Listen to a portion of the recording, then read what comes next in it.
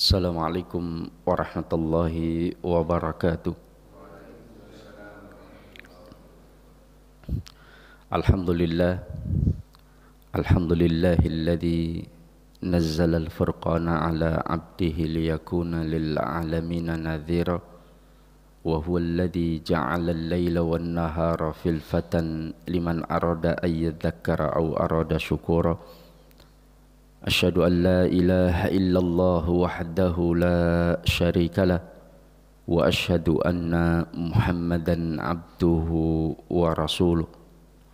Allahumma salli wa sallim wa barik ala sayyidina wa habibina wa uswatina wa qudwatina wa qurrati a'yunina Muhammadin sallallahu alaihi wasallam wa ala alihi wa ashabihi ajma'ina, amma ba'd. Fa inna ahsanal kalami kalamullah wa khairal hadi hadi Muhammadin sallallahu alaihi wasallam wa syarrul umuri muhdatsatuha wa kullu muhdatsatin bid'ah wa kullu bid'atin dhalalah. Ma'asyiral muslimin wal muslimat hafizakumullah taala. Alhamdulillah, pada kesempatan pagi hari ini Allah tabaraka wa ta'ala mentakdirkan kita untuk bisa hadir di tempat ini, melaksanakan kewajiban menunaikan hak Allah atas diri kita semuanya. Mudah-mudahan apa yang kita lakukan dari amal-amal soleh, solat subuh kita terutama di pagi hari ini, diterima oleh Allah subhanahu wa ta'ala. Allahumma innana nas'aluka ilman nafi'an wa rizqan thayyiban wa amalan mutaqabbala. Ma'asyiral muslimin rahimani wa rahimakumullah. Allah tabaraka wa ta'ala memerintahkan sebuah ibadah kepada kita semuanya yang Allah tabaraka wa ta'ala sebutkan di dalam Al-Quran. Dua perintah yang merupakan wujud tanda pengorbanan kita kepada Allah, yang membuktikan tentang kecintaan kita kepada Allah tabaraka wa ta'ala. Seberapa besar cinta kita kepada Allah, maka salah satunya dibuktikan yaitu dengan pengorbanan. Karena cinta itu perlu pembuktian, dan pembuktian itulah yang disebut dengan pengorbanan. Makanya ada judul film sinetron itu Cinta dan Pengorbanan. Enggak ada kaitannya, Pak ya. Tetapi artinya orang menjadikan cinta dan pengorbanan itu sesuatu hal yang saling keterkaitan ya. Maka kalau ada cinta, maka semakin besar cinta, maka semakin besar pengorbanan dari sebuah cinta tersebut. Maka kenapa orang tua mau banting tulang, mau bekerja dari siang dan malam, memikirkan apa yang mereka miliki dari masa depan mereka, yaitu anak-anak mereka. Maka orang tua berani berkorban, bahkan berkorban waktu, berkorban tenaga, berkorban pikiran, bahkan harta diberikan kepada anak. Maka semua karena kecintaan mereka kepada anak-anak mereka. Maka enggak mungkin itu dilakukan kepada untuk anak tetangga, jarang ya. Maka untuk anak sendiri. Kenapa? Karena cintanya kepada anak jauh lebih besar kepada anak tetangga misalkan. Oleh karena itulah semakin besar cintanya, maka semakin besar pula pengorbanan. Allah subhanahu wa ta'ala berikan sebuah perintah kepada kita semuanya, dari dua perintah, untuk menunjukkan kecintaan kita kepada Allah tabaraka wa ta'ala, untuk menunjukkan rasa terima kasih, bersyukur kita kepada Allah atas nikmat-nikmat yang Allah tabaraka wa ta'ala berikan kepada kita, dari nikmat yang sangat banyak, nikmat yang kita tidak akan mampu menghitungnya, nikmat yang tampak maupun yang tidak tampak, yang terkadang kita ini melupakan kenikmatan-kenikmatan Allah dan menganggap nikmat itu sesuatu hal yang kecil, pada nikmat itu sangat besar. Makanya sampai Rasulullah mengisyaratkan nikmatani maghbunun fihima katsirun minan nas as-sihhatu wal farah. Banyak di antara manusia, kata Rasulullah alaihi salatu wassalam, mereka itu tidak beruntung, tidak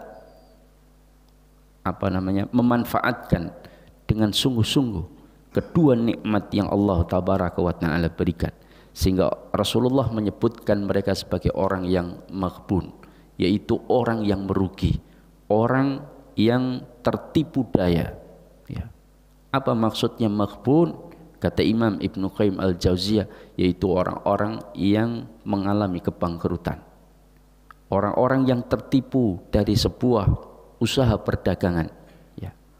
Ada yang menyebutkan maghbun adalah orang yang dia berdagang, ya, dia kulaan dari sebuah barang yang kulaannya seharusnya cuma maksimal 200.000, dijual 250, dia kulaan 1 juta. Dia beli banyak, kulaan 1 juta. Ketika dijual, jangankan 1 juta untuk BEP, tapi dijual dengan harga 300 pun susah laku. Maka dia pun mengalami kebangkrutan. Dia tertipu daya dengan itu.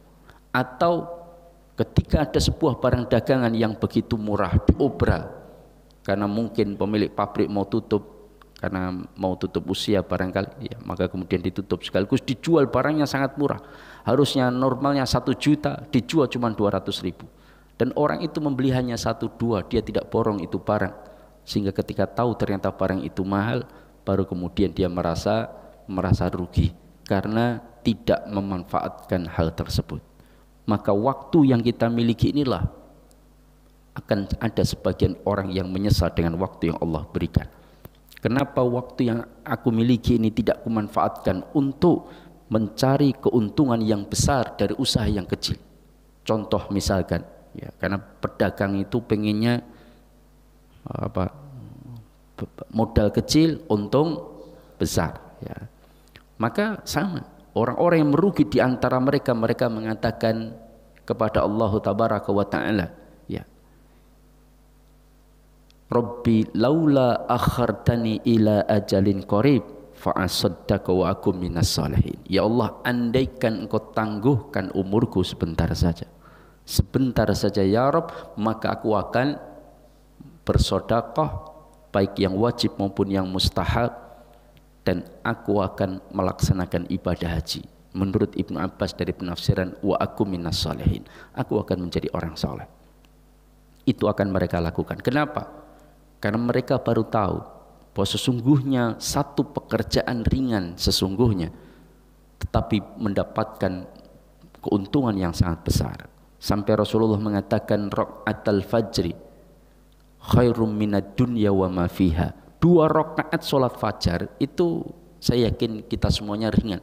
2 rakaat enggak berat, dilakukan sebelum sholat subuh, tapi setelah terbit fajar lalu kita sholat 2 rakaat, raka'atani minal fajar, ya, di 2 rakaat di waktu fajar, khairum minad dunya wa ma fiha, lebih baik dari dunia seisinya. Itu balasannya, bukan sama tetapi lebih baik. Makanya ketika Rasulullah lewat dalam satu makbarah di sebuah kuburan, Rasulullah SAW kemudian lewat di sana, lalu Rasul mengatakan, ketahuilah wahai sahabatku, penghuni kubur ini sedang memohon kepada Allah tabaraka wa ta'ala agar dihidupkan sebentar saja. Untuk apa? Sholat 2 rakaat, kata Rasulullah. Untuk dia bisa melaksanakan sholat 2 rakaat. Kalau ingin bisa dihidupkan dalam waktu lama, dia akan lakukan sholat terus. Karena dia tahu betapa besar pahala yang diberikan oleh Allah atas sholat 2 rakaat. 2 rakaat sunnah fajar saja, ini pendapat mayoritas ulama, itu saja pahalanya lebih baik dari dunia seisinya. Panjenengan diberikan istana Merdeka misalkan, ya, Jakarta itu, ya, itu milik panjenengan. Jakarta milik yang lain semua ngontrak misalkan. Itu luar biasa besar. Tapi ini dunia seisinya, ya. Jauh semua itu. Bahkan lebih baik pahalanya dari dunia seisinya. Emas, berlian, intan dan sebagainya, ya. Kemarin saya menemu berlian, ya, saya baru ingat, ya. Cukup besar, sekitar 10 karat. Itu katanya harganya ratusan juta katanya, ya. Tak cek kan ternyata palsu, Pak, ya. Itu mainan anak-anak mungkin jatuh.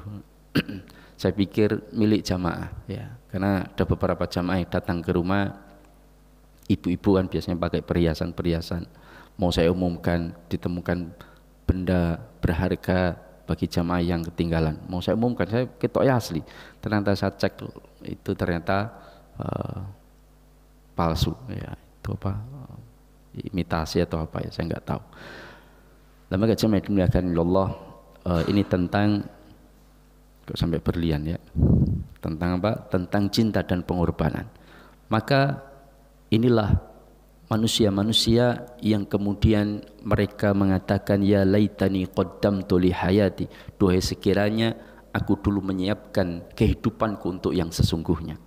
Maka dunia ini adalah tempat ujian yang Allah tabaraka wa ta'ala berikan, dan kita tunjukkan cinta kita kepada Allah dengan melaksanakan apa yang diperintahkan oleh Allah sebagai bentuk pengorbanan untuk menunjukkan kecintaan kita kepada Allah tabaraka wa ta'ala.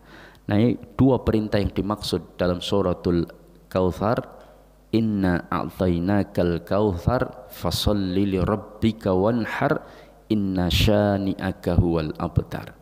Allah tabaraka wa ta'ala memerintahkan kepada Nabi Muhammad alaihi salatu wassalam dan kepada umatnya itu untuk melaksanakan dua perintah.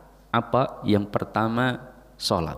Fasholli li rabbik, maka tegakkanlah salat hanya untuk Rabb kalian, hanya untuk Allah. Salat kita itu hanya untuk Allah tabaraka wa ta'ala.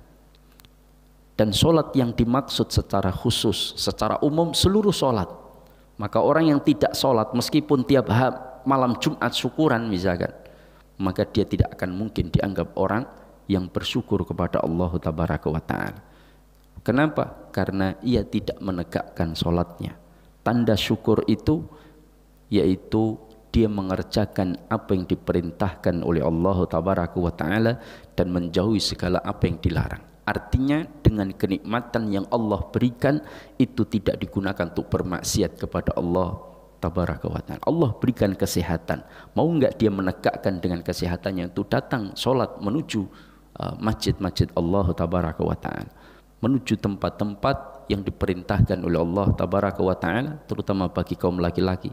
Nah, maka oleh karena itulah ini menjadi satu bukti ya, bahwa kita betul-betul bersyukur kepada Allah dengan menjalankan perintah Allah subhanahu wa ta'ala.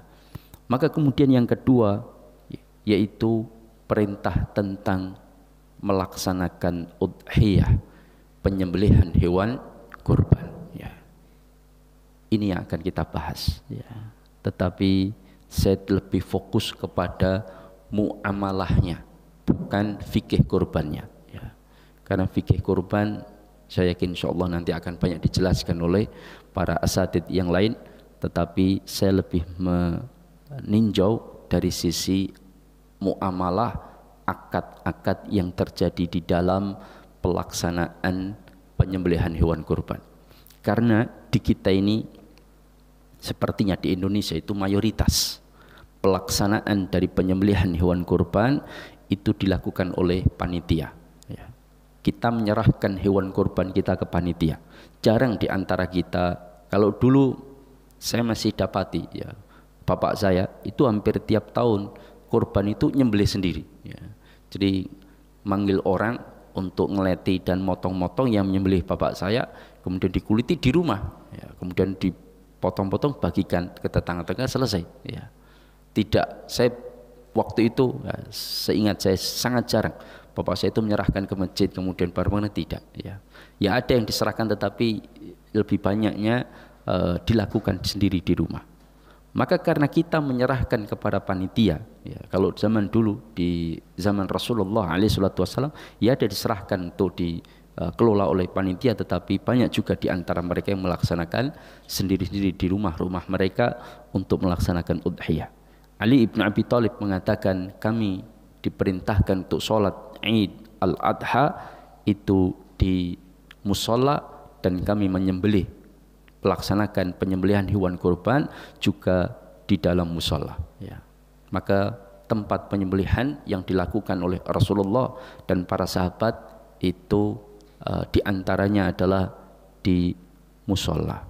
Tapi jangan diartikan musola terminologi bahasa kita, bukan ya, tapi musola dalam bahasa fikih, dalam bahasa para ulama dalam kitab-kitab mereka, musola itu adalah tanah lapang yang luas yang biasa digunakan untuk sholat idain 2 hari raya dan sholat istisqa, sholat minta hujan. Itu disebut dengan musola. Tapi kalau tempat dilaksanakan sholat 5 waktu, yang tempat itu khusus untuk dilaksanakan sholat 5 waktu, baik digunakan sholat Jumat atau tidak ya, karena dulu yang dilaksanakan sholat Jumat itu masjid jami. Masjid-masjid yang lain tidak melaksanakan. Masjid jami itu mengumpulkan masjid-masjid yang ada untuk digabung dalam masjid jami dalam pelaksanaan sholat Jumat. Maka masjid-masjid itu, tempat-tempat sholat itu disebut dengan masjid ya, enggak kemudian yang tidak digunakan sholat Jumat namanya musola atau langgar, yang pakai sholat Jumat baru masjid, tidak. Tapi musola itu untuk membahasakan tempat dilaksanakannya sholat idain 2 hari raya dan sholat hujan, itu di tanah lapang. Tapi kalau tempat untuk sujud baik digunakan sholat Jumat atau tidak, itu disebut dengan masjid ya. Masjid itu tempat sujud. Kenapa kok tidak disebut makom, tempat berdiri? Pada sholat kita berdirinya lebih panjang daripada sujud kita. Kenapa tidak disebut majelis, tempat kita duduk? Padahal duduk kita atau maq'ad, tempat duduk kita itu lebih panjang. Pada sholat itu ada berdiri, ada ruku. Kenapa tidak disebut tempat ruku? Kenapa tidak disebut tempat sujud, tempat duduk? Kenapa tidak disebut tempat duduk? Kenapa disebut tempat sujud? Kata para ulama, karena sholat itu posisi yang paling dekat kepada Allah Tabaraka wa Ta'ala, posisi yang paling menghambakan hamba itu kepada Allah, yaitu ketika sujud, maka disebut dengan masjid. Nah, jamaah dimuliakan Allah, yang pertama ya, akad yang dilakukan, akad yang terjadi di dalam pelaksanaan penyembelihan hewan kurban dari sebagian masyarakat di antara kita kaum muslimin di Indonesia, itu adalah pertama akadnya wakalah ya. Wakalah. Apa itu wakalah?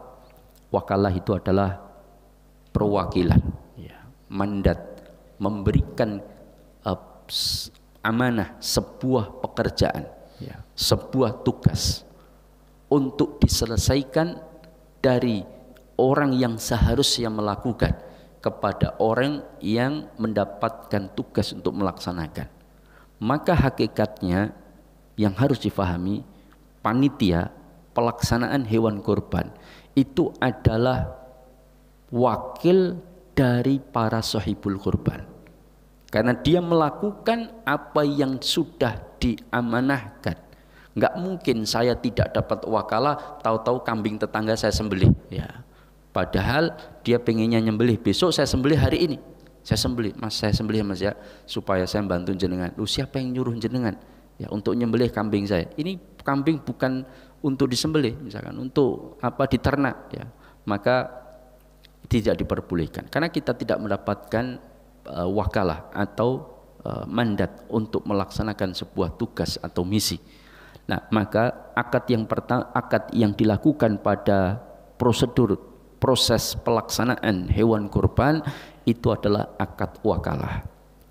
Dan di dalam wakalah kita harus memahami bahwa wakil itu harus betul-betul memihak kepada yang diwakili, yaitu sahibul korban. Ini yang pertama. Kenapa? Karena begini, bagaimana mungkin Indonesia mengirimkan timnas bulu tangkis, misalkan Icuk Sugiarto, misalkan ya. Ini ada yang nggak tahu Icuk Sugiarto? Ya. Kalau nggak tahu berarti lahirnya 90 ke atas ya.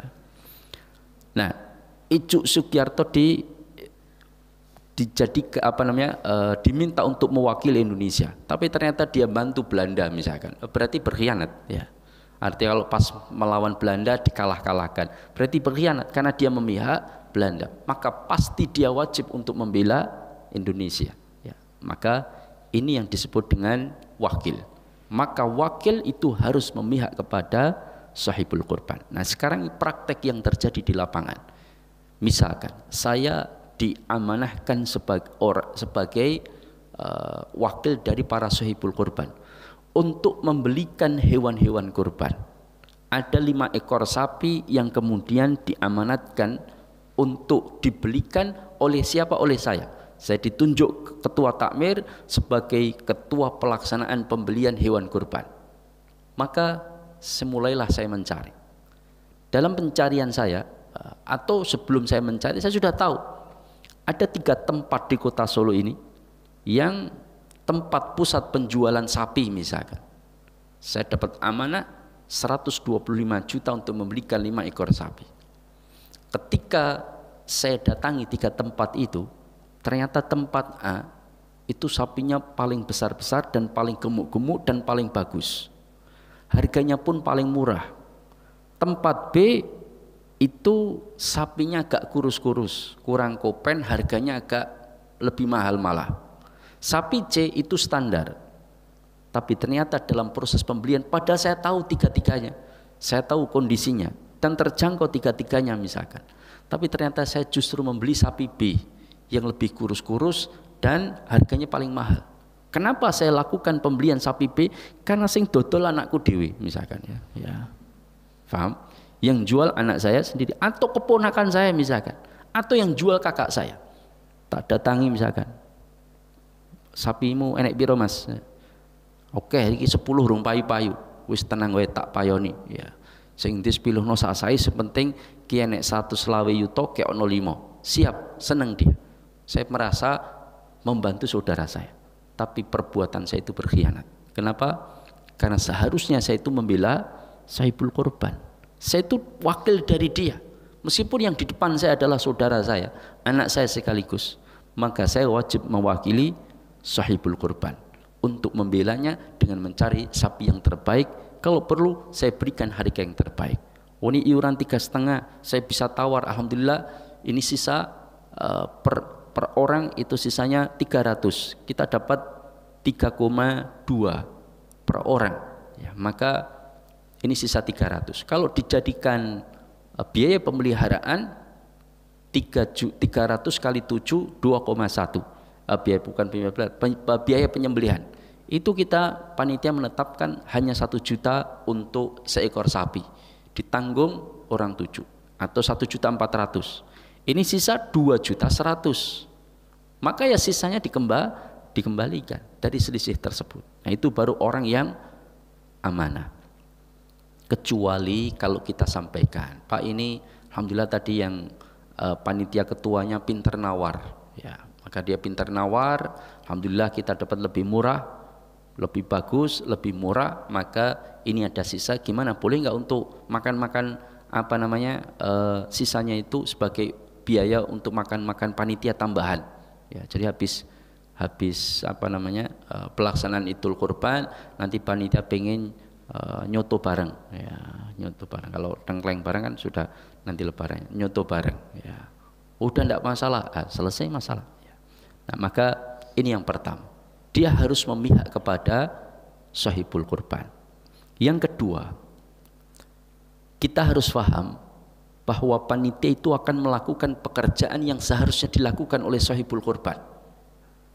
Maka kita harus pahami betul tentang ilmu atas sebuah pekerjaan tersebut ya. Ilmu tentang sebuah pekerjaan tersebut. Jangan sampai kita melakukan sebuah pekerjaan tersebut tanpa ilmu. Al-ilmu qabla al-qaul wal amal. Ilmu itu harus sebelum ada berkata dan berbuat. Nah sekarang kita mau melaksanakan sebuah amal ibadah, yaitu kurban ya. Bagaimana mungkin kita melaksanakan satu amal ibadah ini tanpa mengetahui ilmu dalam melaksanakan amal ibadah ini? Maka panitia pelaksanaan hewan kurban itu seharusnya betul-betul memahami tentang rukun syarat sahnya dalam pelaksanaan hewan kurban. Sunnah-sunnahnya apa saja itu dia pahami betul, karena dia betul-betul akan melaksanakan sesuatu yang seharusnya dilaksanakan oleh sahibul kurban, karena kita wakil mereka. Maka sah atau tidaknya itu juga tergantung besar terhadap apa yang kita lakukan. Nah yang saya lihat di lapangan, ada sebagian kepanitia itu tidak memperhatikan tentang terutama syarat sahnya hewan yang dikurbankan ya, syarat sahnya hewan yang dikorbankan. Karena beberapa kali saya survei ke tempat-tempat penjualan sapi, itu ternyata tidak hanya satu dua, banyak yang para peternak atau penjual sapi itu sapinya ternyata tidak sah untuk dikorbankan, ya. Dan salah satu yang menyebabkan tidak sah yaitu tidak musinnah dari hewan yang dikorbankan. Musinnah itu cukup umur, ya. Musinnah, ya. Sinnun itu artinya gigi, sanah tahun. Musinnah berumur berkaitan dengan giginya, ya. Artinya umur tahun kok memiliki makna sama dengan gigi, karena gigi itu adalah tanda alamiah yang bisa kita gunakan untuk mengetahui umur seseorang. Orang kalau masih kecil bentuknya, lalu giginya belum tumbuh, maka bisa dipastikan umurnya kurang dari 4 bulan. Kalau giginya mulai tumbuh 2 kecil-kecil di depan dan di atas dan di bawah hanya 2, tubuhnya masih kecil, maka bisa dipastikan umurnya kurang dari 1 tahun atau kurang dari 9 bulan. Kalau giginya mulai 4 tumbuh atas bawah, maka bisa dipastikan umurnya di atas 1 tahun. Itu anak, ya. Kalau giginya sudah besar, ganti besar-besar, depan itu atas 2, bawah 2, bisa dipastikan umurnya di atas 6 tahun. Itu anak kalau giginya sudah tumbuh besar-besar. Kalau giginya semuanya rata, dipastikan dia sudah dewasa. Kalau giginya tinggal 2, tubuhnya besar, maka nenek-nenek, kan gitu, ya. Bisa dipastikan gitu, ya. Lah kecuali kelainan, ya, misalkan tabrakan giginya hilang semua masih umur 17, ya bisa jadi. Tapi normalnya maka itu bisa diketahui dengan umur dari gigi mereka. Maka sanna sinnun musinna itu kaitannya dengan gigi. Nah, sekarang umur yang jelas sah digunakan untuk hewan kurban itu musinnah untuk domba itu adalah 1 tahun. Kalau tidak ada kambing atau domba umur 1 tahun, dicari nggak ada, waktu sudah mepet, maka boleh umur jadza'ah, yaitu domba umur 6 bulan ke atas, masuk bulan ke-7 dibolehkan. Tapi kambing nggak boleh. Hanya jenis domba yang dibolehkan. Kambing bahkan para ulama musinnahnya sebagian pendapat itu umur 2 tahun masuk tahun ke-3. Dia seperti sapi, ya. Tetapi sebagian besar pendapat umur 1 tahun masuk tahun ke-2. Yang kedua, sapi musinnahnya umur 2 tahun masuk tahun ke-3. Onta umur 5 tahun masuk tahun ke-6. Itu musinnahnya. Dan ternyata di lapangan itu banyak sapi-sapi yang umurnya di bawah 2 tahun. Saya sudah survei, Pak, ya, di beberapa tempat pusat penjualan sapi. Karena saya biasa ketemu dengan sapi, ya, karena saya tinggal di desa, Pak, ya. Saya sering bergaul dengan sapi, ngobrol ya kadang-kadang, ya, kalau pas di kandang, ya. Lah itu kita jadi paham, karena saya tinggal di desa, saya pernah ternak, ya, kemudian saya paham. Ini sedikit ilmu tentang persapian. Sapi, kambing itu umurnya berapa? Kadang wajahnya saja bisa diketahui, ya. Ini masih imut-imut atau enggak, misalkan, ya. Karena saya pernah di beberapa tempat itu, saya lihat ini sapinya kelihatan masih imut-imut, masih balita. Memang badannya besar, gemuk, ya. Tapi wajahnya itu sangat mengindikasikan dia itu umurnya jelas kurang dari 2 tahun. Maka saya tanya sama penjualnya, "Mas, sapimu kok koyo cek bayi, Mas?" Ya. "Oh, napi pun sah niki, Pak, umurnya pinten?" "Oh, ini kan kalau 1 tahun lebih. Kalau 2 tahun ya belum ada kalau 2 tahun. Ini paling 1 tahun lebih sedikit, paling 1,5 tahun." Ternyata si penjual ini nggak paham berapa sahnya umur hewan sapi, dan itu tidak hanya 1-2, banyak, Pak, ya.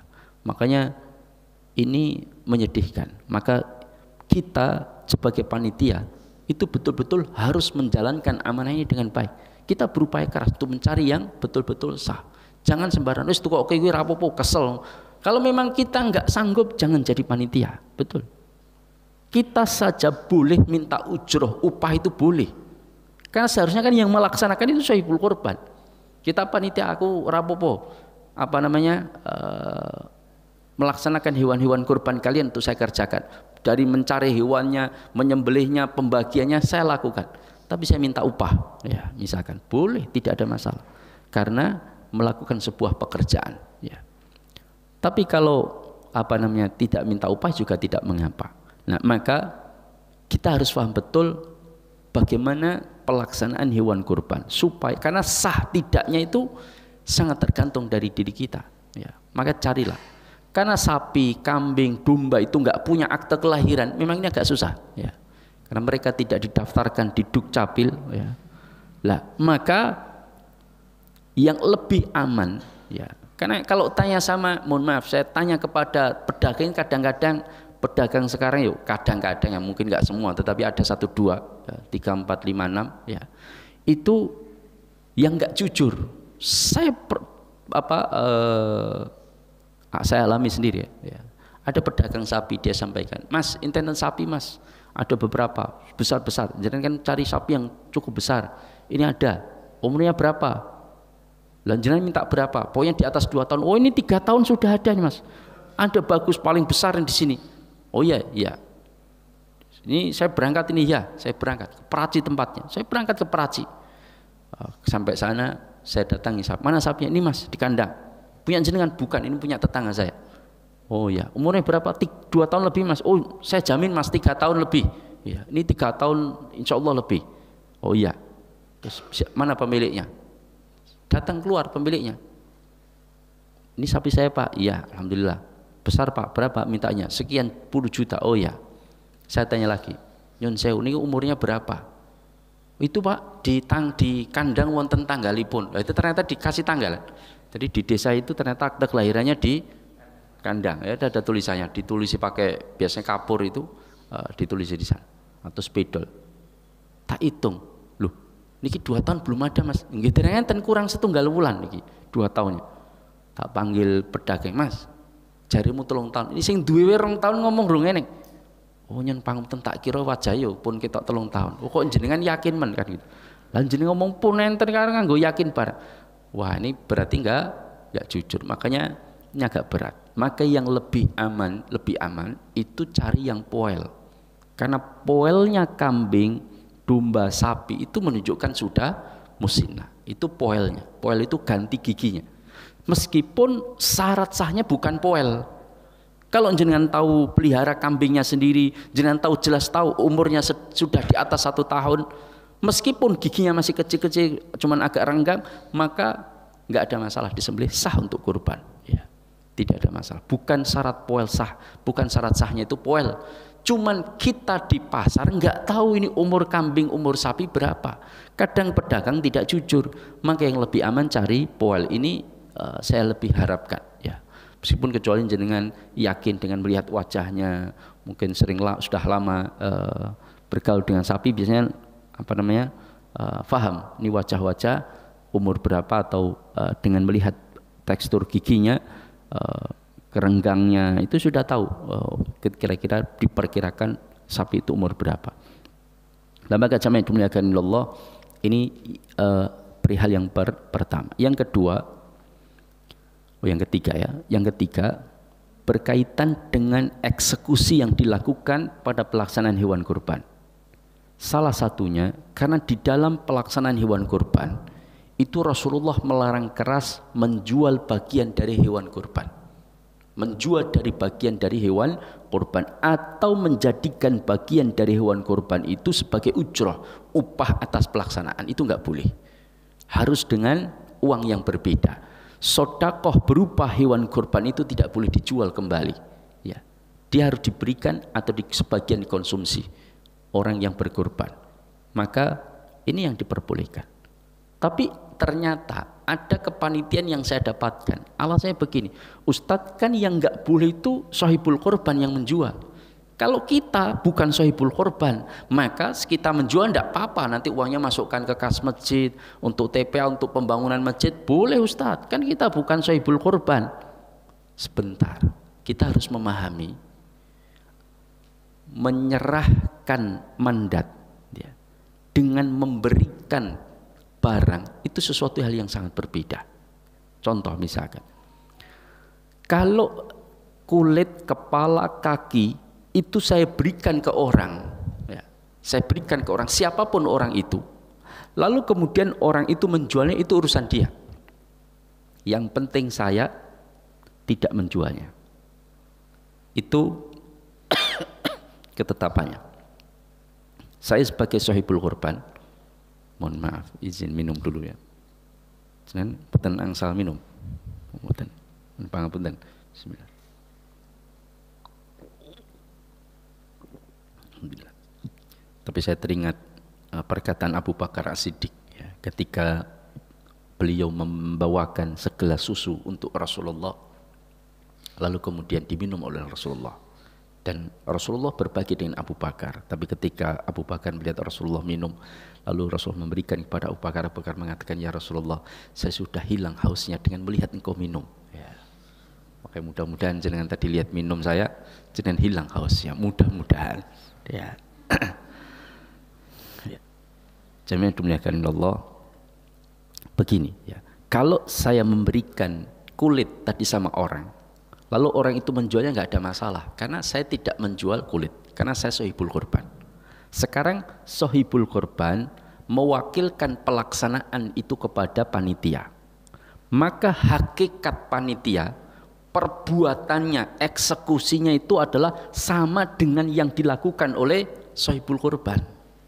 Maka kalau panitia menjual nggak boleh, kecuali kalau misalkan, tapi bukan sebagai upah ya. Panitia sudah diberikan upah operasional sendiri, sudah dikasih makan, snack dan sebagainya sudah. Lalu kemudian panitia menyampaikan, ini kulit sapi, ada kulit kambing milik panjenengan-panjenengan yang sahibul korban. Ini monggo saya serahkan atau mau diserahkan kepada siapa? Pun Pak, kula mboten remen kulit kepala dan kaki. Saya mau kasihkan, yuk bingung kasihkan siapa? Dah buat jenengan saja. Ini panitia, ini saya berikan jenengan ya, yang satu diberikan. Ini pokoknya saya berikan ke jenengan. Nah, baru itu miliknya panitia, karena sudah diserahkan kulit-kulit tersebut untuk diberikan. Bukan begini, kalau misalkan sohibul korban ini kulit-kulit kepalanya gimana, maka kata sohibul korban, pun terserah panitia mawon. Itu bukan menyerahkan barang, bukan, tapi menyerahkan eksekusi. Paham? Berarti tindakan eksekusi panitia itu adalah tindakan sohibul korban. Maka ketika dia menjual nggak boleh. Tapi kalau sohibul korban mengatakan, dah niku buat panjenengan panitia saja, bukan sebagai upah tapi sebagai hadiah pemberian, itu beda perkaranya. Ya. Maka ini harus sesuatu yang berbeda. Memberikan mandat dengan memberikan barang itu berbeda. Nah, ini tentang pelaksanaan hewan kurban. Tidak boleh kemudian, Ustadz, ada tukang jagal sapi saya, Ustadz, dia mintanya 1 juta per sapi. Saya keberatan, terlalu mahal. Kita nggak ada sisa untuk beli plastik dan sebagainya, snack. Maka saya tawar, Ustadz, wes untuk kurban 650. Nanti tak tambahi bonus kepala, kulit dan kaki. Tapi upahnya 650. Apakah itu dibolehkan? Tidak boleh. Karena hakikatnya kepala, kaki dan kulit itu adalah nilainya 350, karena aslinya 1 juta. Kemudian ditawar dengan diberikan tambahan kepala, kaki dan kulit, lalu si tukang jagal mau, udah enggak apa-apa, karena dia taksir kepala, kaki dan kulit itu lebih dari 350, sehingga mau. Nah, maka berarti kepala, kaki dan kulit itu sebagai bagian dari upah, maka ini tidak diperbolehkan. Tapi kalau sudah deal, misalkan biaya penjagalan itu 700 misalkan, 700 selesai, nggak ada deal apapun tentang kepala, kulit dan kaki. Lalu setelah selesai, Pak Jaga nih mang betul sekalian buat jenengan aja, nggak masalah, itu berarti pemberian. Maka ini harus dibedakan. Jadi bedanya memang tipis-tipis ya, tapi sangat jelas perbedaannya. Maka oleh karena itulah ini hal yang harus disadari oleh panitia. Kemudian ada satu praktek yang dilakukan dan terjadi di lapangan, dan ini saya ketahui di kandang, maksudnya di kandang penjual. Itu ternyata ada orang yang melakukan praktek menjual belikan barang yang belum diserah terimakan. Ya. Siapa mereka? Ya mereka yang cari keuntungan ketika lebaran. Contoh, modal 10 juta bisa dapat untung 20 juta. Ya. Modal 10 juta bisa dapat untung 20 juta, bahkan 25 juta. Contoh misalkan, saya punya uang 10 juta. Dengan modal kecil bisa untung besar. Saya datangi itu para pedagang sapi atau peternak sapi. Saya datangi mereka, Mas, sapinya berapa harganya? 1 bulan sebelum lebaran saya sudah datangi mereka. 24 Mas, sudah rate 22,5 saya ambil 10. Gimana? Setuju? Daripada jangan mikir ini sudah jelas laku. Udah enggak apa-apa Pak. Dah ini tak DP ini 1 juta 1 juta. 10 sapi ini jadi milik saya, nggak boleh dijual. Oh iya Pak, tapi tetap kami pelihara karena jenengan belum lunas, kami nggak nyerahkan. Oh enggak masalah. Pokoknya nanti sebelum hari H saya lunasi. Ya siap. Itu sapi 10 ekor sudah saya panjeri semua, saya urbun semua, saya DP semua. Maka 10 ekor sapi itu tidak bisa dijual. Pemiliknya adalah saya, meskipun belum diserahkan.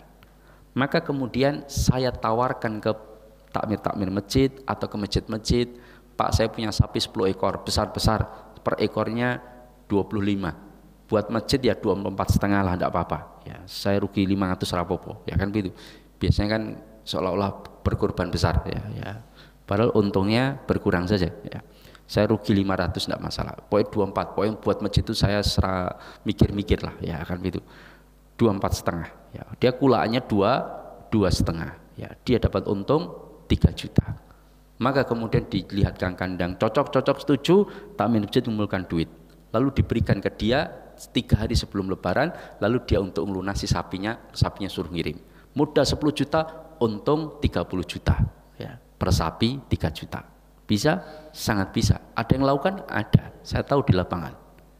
Tapi praktek ini dilarang di dalam Islam. Kenapa?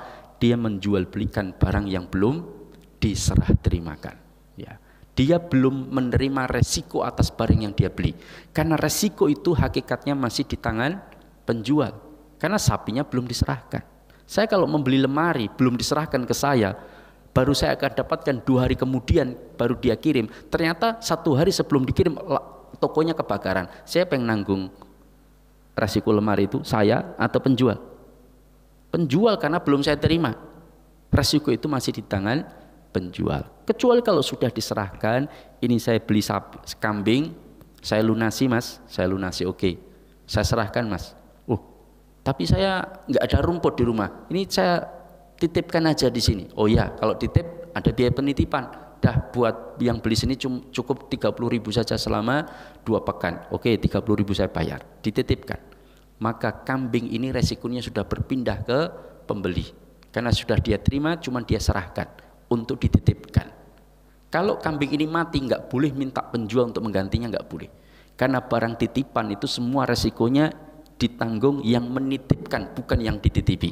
Kecuali kalau karena kelalaian yang dititipi. Yang dititipi misalkan dititipi kambing, tapi ternyata ditinggal ke Surabaya 7 hari, nggak dikasih makan, mati, dia tanggung jawab 100%. Tapi kalau sudah dititipi, dia pelihara dengan baik, sudah dikasih makan, kasih minum, dipijeti, dirawat, mati juga, maka si yang dititipi tidak menanggung resiko tersebut. Itu yang menanggung adalah pemiliknya. Sama seperti kalau dia nitipkan ayam, lalu ayamnya bertelur, dititipkan selama 3 hari, bertelur 3 butir, milik siapa itu telur? Kan yang dititipi cuman ayam. Yang ngasih makan yang dititipi. Telurnya muncul setelah barang dititipkan. Ada 3 telur, milik siapa? Yang nitipkan atau yang dititipi? Yang punya, ya tidak. Masa yang punya ketika bertelur jadi miliknya, lalu ketika mati suruh ganti yang dititipi? Ini nggak adil, ya. Maka tidak seperti ini. Maka yang dititipi itu hanya menanggung kalau dia lalai dalam menjaga barang titipan. Tapi kalau enggak rusak, ya itu tanggungannya resiko yang menitipkan. Kan sering terjadi misalkan orang beli barang pun sudah diserahkan, dah saya titipkan dulu, ternyata setahun baru diambil, rusak barangnya, ya itu tanggungan resiko dia selama kita sudah rawat dengan baik. Tapi dimakan usia sudah. Maka jamaah dimuliakan Allah, ini tentang hal tersebut. Maka tidak boleh. Sama seperti yang terjadi barusan di tempat maksudnya di kota ini, ya. Ada satu perusahaan properti syariah yang ternyata bermasalah, ya. Di mana mereka jual kapling-kapling tanah, ternyata kaplingnya bermasalah. Kenapa? Karena mempraktekkan praktek ini. Rasulullah melarang, idza ishtaraita syai'an fala tabi'hu hatta taqbidah. Jika engkau menjual sesuatu, membeli sesuatu, tidak boleh langsung kau jual kecuali sesuatu itu sudah diserah terimakan. Tanah dibeli di DP 300 juta, minta waktu 6 bulan untuk dilunasi. Setelah minta waktu 6 bulan untuk dilunasi, ternyata kapling itu minta untuk digarap. Oh, enggak apa-apa, silahkan digarap. Betul, tanahnya memang diserahkan, tapi hakikatnya belum diserahkan secara utuh karena sertifikatnya belum AJB atau balik nama belum. Jadi penguasaan masih di tangan pemilik, jadi belum diserahkan secara utuh. Di kapling-kapling dia perjualbelikan. Ternyata setelah laku, sebagian untuk nyicil, nambah, sebagian untuk buka lahan baru dengan cara yang sama.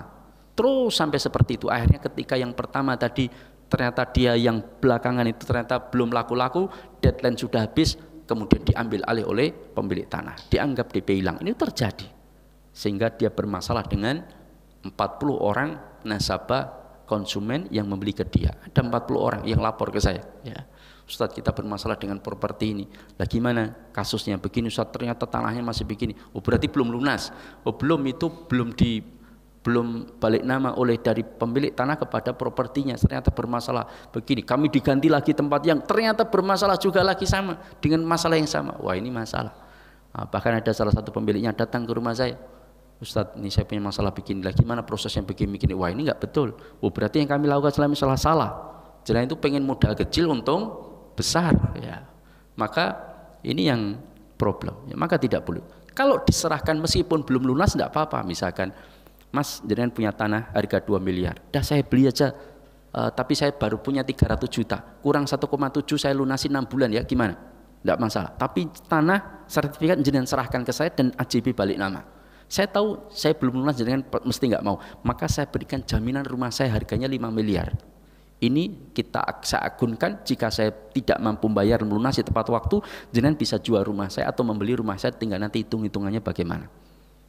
Oh, tidak apa-apa. Nah, kemudian saya serahkan sertifikat rumah saya untuk saya agunankan, lalu kemudian dia serahkan tanahnya, kemudian terjadi AJB atau balik nama, tanah juga sudah diserahkan.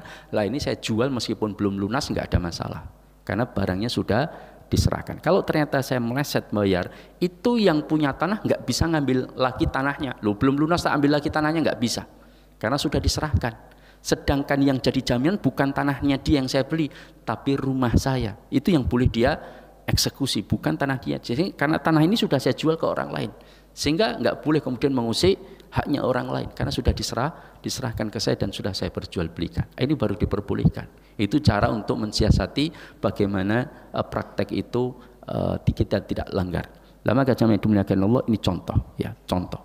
Yang lebih parah lagi adalah menggabungkan pelaku akad, penjual dan pembeli pada orang yang sama. Sing dodol karo sing tuku sama. Saya ketua panitia pembelian hewan kurban, Ustadz, saya titip ya Ustadz, pokoknya ini kami percaya sama Ustadz, ini ada 250 juta, tolong dibelikan sapi 10 ekor, per ekornya 25 juta. Siap, saya bilang. Ternyata tak tukoke sapiku dewi, ya, karena saya punya sapi, saya beli sapi saya sendiri. Otomatis yang jual siapa? Saya. Yang beli siapa? Saya. Kira-kira kalau saya yang jual, saya yang beli, saya tawar nggak harganya? Ya enggak. Nah, ini tidak boleh, ya, ini tidak. Seharusnya saya tawarkan ke jamaah, Pak, saya punya sapi, daripada saya nyuruh jenengan nyuruh saya untuk membeli sapi, ini ada sapi saya, silahkan jenengan beli, mau enggak? Ini harganya sekian, ini sih lihat barangnya. Oh, sudah saya setuju, selesai, nggak ada masalah. Berarti pembelinya sahibul kurban. Barangkali itu yang bisa saya sampaikan. Meskipun waktu masih banyak hal masalah yang bisa kita kupas, tetapi waktu sudah mendekati isyraq, ya, bahkan sudah, ya. Isyraq jam berapa? Tuluknya jam berapa?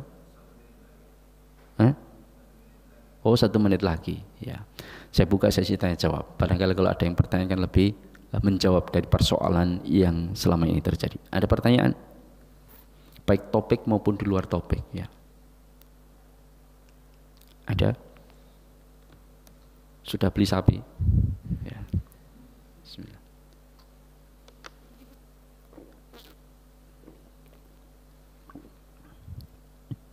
Ibu-ibu ada pertanyaan? Daripada mencegat saya nanti ketika pulang. Ya. Biasanya ibu ditanya, ada pertanyaan Bu? Nggak ada. Tapi mau pulang dicegati saya. Ya, Ustadz mau tanya, lah tadi ngapain? Oh malu ya, karena mungkin ada unsur pribadinya ya. Ya.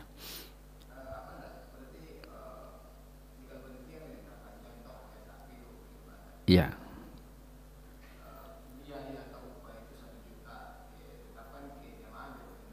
Iya. Ya, harga sapi 25. Terus minta biaya upah pelaksanaan 1 juta. Untuk beli kresek, untuk makan panitia dan sebagainya 1 juta. Boleh, tidak ada masalah. Justru itu yang jelas.